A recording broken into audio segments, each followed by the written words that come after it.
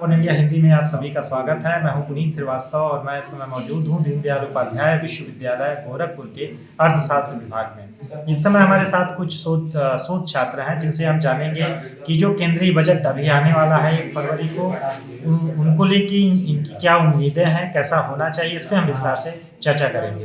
राजीव जी, 1 फरवरी को केंद्रीय बजट आने वाला है देश का, क्या उम्मीदें हैं आपको और क्या सोचते हैं इस बजट को लेकर? इस बजट में हमको लगता है कि हायर एजुकेशन में जी, जो जी। बजट का एलोकेशन होना जी, चाहिए, जी, जी, जी। पिछले मुकाबलों से बेहतर होना चाहिए। जी, जी, जी। इंफ्रास्ट्रक्चरल डेवलपमेंट पे, एग्रीकल्चर पे, जी, जी। और एक सजेशंस भी है कि इसमें जो बजट स्लैब बनाए इस तरीके से बनाए कि हाईली प्रोग्रेसिव नेचर का हो। जी, जी। जैसे गरीबों पे कम से कम और जो हाई इनकम ग्रुप के लोग हैं उन पे ज़्यादा से ज़्यादा इनकम जो है टैक्स जो है इम्पोज किया जाए। जैसे कि अभी उन्होंने बताया कि एजुकेशन पे ज़्यादा हमें ध्यान देने की ज़रूरत है और साथ ही साथ ये एक्सपेक्ट कर सकते हैं कि एग्रीकल्चर सेक्टर को ज़्यादा प्रमोट किया जाए। और जैसे पिछले बजट में भी कैपेक्स जो कैपिटल एक्सपेंडिचर था वो बढ़ा था, तो ये एक्सपेक्ट हम कर सकते हैं कि इस बार भी बढ़े, जैसे इंफ्रास्ट्रक्चर डेवलपमेंट को बेहतर से बेहतर बनाए। जैसे कि इन लोगों ने बताया कि हायर एजुकेशन और ये सब पे तो इन्वेस्टमेंट हो, plus GST basically luxury goods पे ज़्यादा लगे क्योंकि लग्जरी कंजम्पशन पे परसेंटेज ज़्यादा रहे, सो दैट जो मिडिल इनकम ग्रुप है उस पर बर्डन कम पड़े। और साथ ही साथ जैसे अभी पिछले बार एंजल टैक्स को हटा दिया गया था, सो दैट जो एंटरप्रेन्योर है बाहर से, जैसे मेक इन इंडिया प्रोग्राम पे रहता है, बाहर से लोग आके इन्वेस्टमेंट करें, सो दैट उनको मैक्सिमम अमाउंट जो उनका प्रॉफिट का है वो टैक्स में ना देना पड़े और सो दैट उनको इंसेंटिव मिले, so that they can use this place as a startup process. और इन पे मतलब वही जो बेसिकली जीएसटी पे जो हम बोले कि सो दैट परसेंटेज कम हो, मतलब जो बेसिक कमोडिटीज है, so that burden middle income group पे कम पड़े। इकोनॉमी की जो कंडीशन है आजकल, आज के सिनेरियो में अगर देखें जी, जी। तो हमारे यहाँ लगातार जो है कंजम्पशन एक्सपेंडिचर कम हो रहा है। जी, जी। मिडिल इनकम के जो मतलब जो सेक्टर है उस पर जो है बर्डन ज़्यादा है। बिल्कुल। और नेबर्स कंट्री के अकॉर्डिंग अगर आप देखेंगे तो सबसे ज़्यादा जो टैक्स है हमारे यहाँ 30% का जो वो है कैप है, बकिया जगह जो 25 है।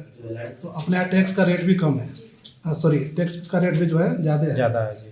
तो टैक्स का रेट घटाया जाना चाहिए और जो बेसिक है कि आपको 3 लाख तक जो कोई टैक्स नहीं देना पड़ेगा उस पर थोड़ा सा बढ़ाना जाना चाहिए। जी। हालांकि हमको लग रहा है कि उसको बढ़ाया जाएगा क्योंकि एक्सपेंडिचर नहीं बढ़ रहा है लोगों का और इनकम भी कम हो रही है। अगर आपके पास डिस्पोजेबल इनकम कम हो गई है, जैसे आपके पास अगर मान लीजिए 10 लाख इनकम है और आप 3 लाख रुपये उसमें से टैक्स दे देंगे तो आप पे एक प्रेशर बनता है कि आप कैसे ज़्यादा खर्च करेंगे। और जब तक आप इकानमी में खर्च नहीं करेंगे तब तक इकानमी आगे नहीं जा सकती। तो एक्सपेंडिचर कैसे बढ़े इसके बारे में गवर्नमेंट को सोचना चाहिए और तभी बढ़ेगी जब आपके पास कैश इन हैंड होगा, आपके पास पैसे होंगे। तो टैक्स को घटाया जाना चाहिए और गवर्नमेंट एक्सपेंडिचर और कैपिटल एक्सपेंडिचर, मतलब गवर्नमेंट का एक्सपेंडिचर बढ़े तो उससे स्कूल बने। यूजीसी के पिछले बजट में हमने देखा कि यूजीसी का जो बजट उसको कम कर दिया गया। जी, जी। तो उसको बढ़ाया जाना चाहिए जिससे कि हायर एजुकेशन इंस्टीट्यूशन को जो है इस्टेब्लिश किया जा सके। पिछले हमने 5 सालों में हमने देखा है कि जो एजुकेशन का बजट है वो लगातार कम हो रहा है। जी, जी। तो एजुकेशन के बजट को कहीं से भी कम नहीं करना चाहिए क्योंकि एजुकेशन का बजट अगर आप कम करते हैं तो आपके पास स्किल्स की कमी आती है और स्किल्स की कमी आती है तो उसके बाद जो है आप अदर सेक्टर्स को आप जो है बढ़िया लोग नहीं दे पाएंगे। तो जब बढ़िया लोग नहीं दे पाएंगे तो एफिशिएंसी कम हो जाएगी। जी, जी। तो ऐसे जो है सरकार को ऐसे उपाय अपनाए जाने चाहिए इस बजट में कि एंटरप्रेन्योरशिप बढ़े, कैपेक्स बढ़े, जिससे कि लोगों को रोजगार मिले और एग्रीकल्चर सेक्टर को विशेष रूप से किसी एक पैकेज की ज़रूरत है। जी, जी। क्योंकि अगर एग्रीकल्चर जो हमारा बेस्ट सेक्टर है जहाँ सबसे ज़्यादा लोग इन्वॉल्व हैं, अगर आप उसको प्रमोट नहीं करेंगे तो आपके जो लोग पहले से ही बेरोजगारी की समस्या हमारे यहाँ ज़्यादा है वो और बढ़ जाएगी। जैसे अगर हम बात कर रहे हैं कृषि को लेके, तो किसानों को लेके बहुत सारी चीज़ें ऐसी हैं जो योजनाएं अभी चल रही हैं। अभी क्या लगता है कि क्या ऐसी योजना और इनको अपनानी चाहिए जिससे किसानों का थोड़ा सा और बेनिफिट हो सकता है? किसानों हमारे यहाँ क्योंकि सबसे ज़्यादा सीमांत किसान, जी, जी।